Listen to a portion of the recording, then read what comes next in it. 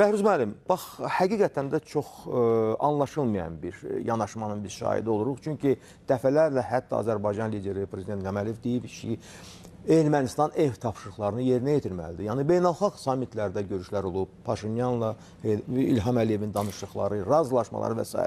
Bu, eşitdiyimiz kontekstdə də dövlət başçısı bildirir ki, yəni siyasi anlaşmalar olursa, bax, bu işlər hamısı həllini tapır. Yəni, bir halda ki, siyasi danışıqlarda hər hansı bir orta məxrəc tapılırsa, deməli, orada düşünməyə dəyməz. Söhbət axı kommunikasiyalardan gedir, alış-verişdən gedir, ticarətdən gedir və daşımalardan gedir. Və niyə Ermənistan özünün o tranzit imkanlarını göz önünə gətirməyərək həm də indi bir daha ləng tərpənir? Nədir bunun səbəbi? Bilirsiniz, biz deyəndə ki, şəxsən möhtərəm prezident özü bunu dəfələrlə vurğulayıb. Ermənistan bəzən iki stolda oturmağa çalışır. İki stolda oturmaq da əslində hər ikisindən məhrum olmaq deməkdir. Azərbaycanın vətən müharibəsində, antiterror tədbirlərində böyük zəfəri bu bölgədə işğala, təcavüzə son qoymaqla, yalnız beynəlxalq hüququn aliliyi təmin etməklə kifayətlənmədi. Əslində, bu qələbənin, bu zəfərin Ermənistan üçün ən azı Azərbaycan qədər müsbət nəticələri oldu. Ermənistan dırnaq arası o Qarabağ yükündən qurtularaq, nəhayət asılılıqdan azad olmaq, rıçaqlardan qurtularaq müstəqil, suveren dövlət kimi parlamaq imkanı qazanmışdı.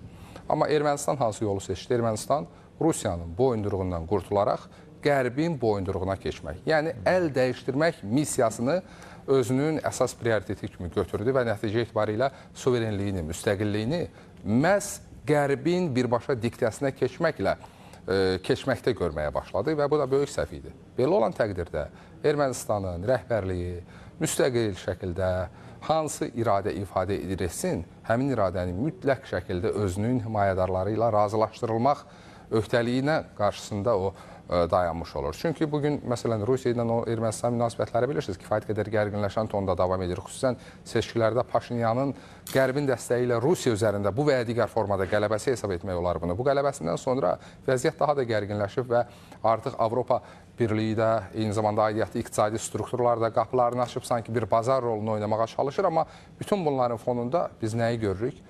Onlar Ermənistanın Azərbaycan təşəbbüsləri üzərində qurulmuş sülhü əlindən almaq istəyir. Sülhün nəticələrini faktiki əlindən almaq istəyir. Bugün Ermənistan sərhədlərin delimitasiya demarkasiyası ilə bağlı bu və ya digər formada mən bir daha qeyd edirəm, praqmatik mövqe nümayiş etdirməyə başlayıb. Təbii ki, Azərbaycanın vətən müharibəsində qazandığı qələbələr Cənab İlham Əliyevin təşəbbüsü və qətiyyəti sayəsində. Bu kölgədə istənilən halda biz bunu praqmatik davranış adlandıra bilirik. Ermənistan və Azərbaycan arasında artıq bir tərəfli, deməli, iki tərəfli qaydada, üçüncü tərəf olmadan təmasları müşahidə edirik. Azərbaycan prezidentinin köməkçisi bu yaxında Dilicanda idi. Amma nəticə itibarilə eyni zamanda da Ermənistanın razı olduğu məsələlərlə bağlı biz Qərbin etirazlarını, Ermənistandan çox ermənilik etmək iddialarına şahidlik edirik. Məsələn, Fransa parlamenti ilə bağlı bunu demək olar. Eyni zamanda qısa müddət öncə Amerika Birləşmiş Ştatlarında bir tərəfdən Amerika Birləşmiş Ştatlarının prezidenti Azərbaycan prezidenti ilə bağlı xüsusi qeydlərini vurğulayaraq gündəmə gətirir. Azərbaycan haqqında, Azərbaycan prezidenti haqqında sözün əsl mənasında dövlətin başçısı kimi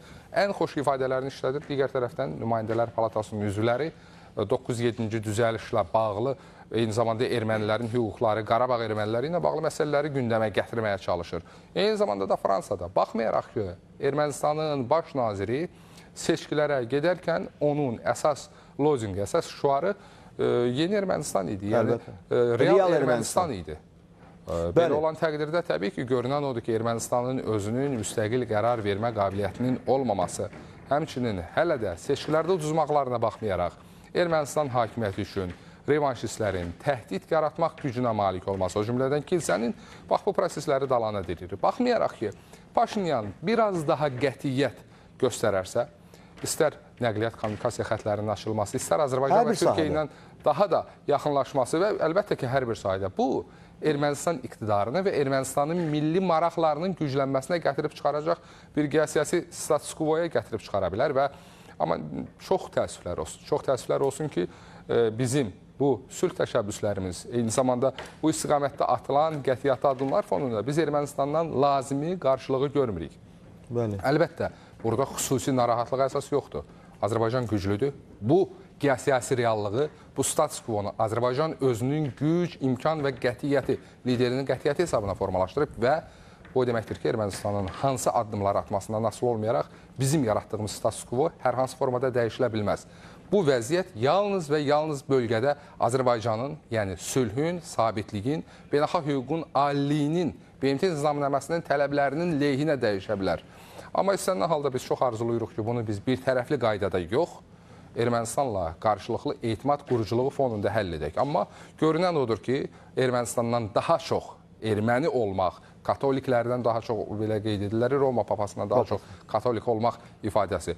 Fransanın timsalında, Qərbin bir sıra beyin mərkəzlərinin timsalında, Sorosçuların timsalında biz bu müdaxilələrin hələ də şahidi oluruq, amma nəzərə alaq, bir daha bunu mən xüsusi vurğulamaq istəyirəm. Azərbaycan əraziləri işğalda olarkən, Azərbaycanın üzərində ciddi təsir uşaqlarının indikindən çox daha real imkanlara malik olduğu bir dövrdə, əgər həmin o Qərb, Sorosçular Azərbaycana münasibətdə hansısa real addımlar ata bilmədilərsə, bugün Vətən müharibəsindəki qalib gəlmiş Azərbaycandan qat-qat daha güclü olan Azərbaycana münasibətdə onların hər hansı şansı yoxdur və Ermənistan da yaxşı olar ki, bax, prosesləri bu prizmadan dəyərləndirsin. Əlbəttə, onlar Azərbaycanın gücünü də, təpərini də bilirlər, prezidentin qətiyyəti ilə də artıq qarşılaşıblar, amma onların çox güman ki, istəkləri də, sonra ümidləri də Ermənistandakı daxili boşluqlardan istifadə etməklə bağlıdır.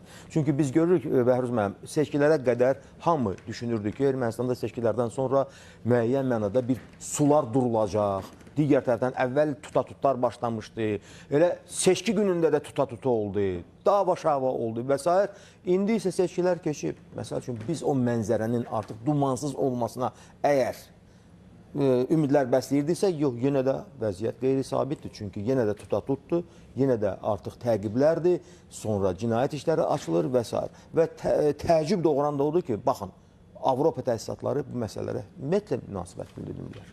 Sanki heç bir şey olmamış kimi. Bu, beynəlxalq hüquqda da, beynəlxalq təcrübədə də ikili standartın və riyakarlığın sözün əsl mənasında ən yaxşı dırnaqarası nümunəsidir. Bariz nümunəsi. Təsəvvür eləyin, Qərb institutları demokratiyanı, insan haqlarını, baxın da BMT təsisatlarından tutmuş, Avropanın regional təsisatlarına qədər qeyd edirlər ki, insan haqları olan yerdə dövlət sərhədləri yoxdur.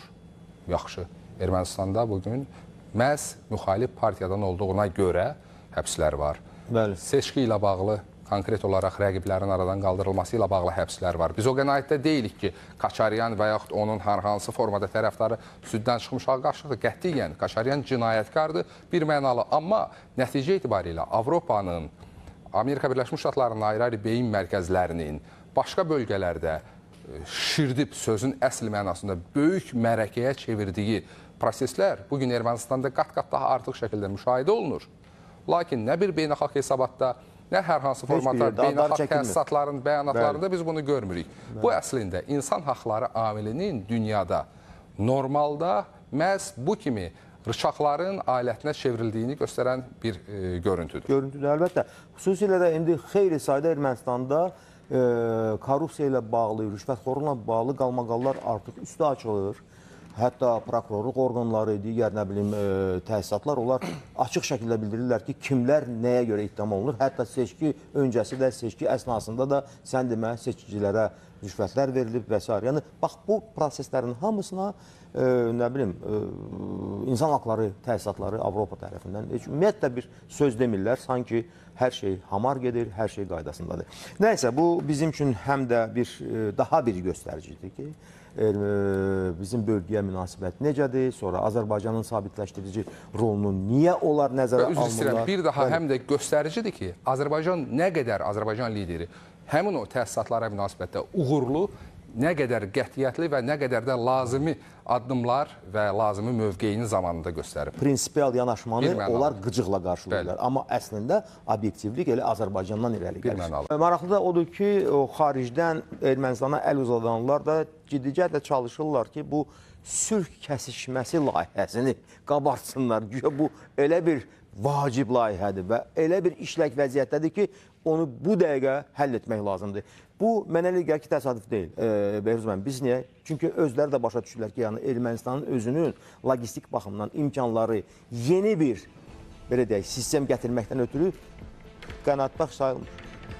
Nəinki qənaətbəxş sayılmır, üstəlik nə Ermənistanın havadarları üçün sərfəli deyil, nə Ermənistanın özü üçün sərfəli deyil. Digər tərəfdən bu yanaşma təbii ki, bizi təəccübləndirmir. Çünki Qərbin, o beyin mərkəzlərinin bugünə qədər Ermənistana təklif etdiyi hansı layihə perspektivdə bölgəyə sülh, sabitlik və iqtisadi əməkdaşlıq üçün zəmin gətirib. İşğal dövründə işğalı təsdiqləyirdilər, buna müxtəlif adlar qoyurdular, haqq, hüquq adı altında, separatizmi dəstəkləyirdilər, buna beynəlxalq hüququn prinsipləri adı altında, ümumi tanınmış normalarında əksini tapan prinsipləri adı altında bir don qeydirməyə çalışırdılar və indi də bax, qeyd olunan alternativlər. Amma nəticə itibarilə həmin o Qərb bu və ya digər formada mane olduqları Azərbaycan layihələrinə möhtacdılar. Həmin layihələr ki, Cənab İlham Əliyev 2000-lərin əvvəllərində reallaşdırmağa çalışarkən qarşısında dayanırdılar sipər kimi. Amma nəticə itibarilə həmin o Avropa İttifaqının iqtisadi məsələlər, siyasi məsələləri tam şəkildə əlində birləşdirən komissarı gəlib Bakıda həmin layihələrdən kömək umur. Bugün Azərbaycan prezidentinin dediyi kimi qapımızda növbəyə durub bizlə müqavilə bağlamaq istəyirlər. Budur reallıq.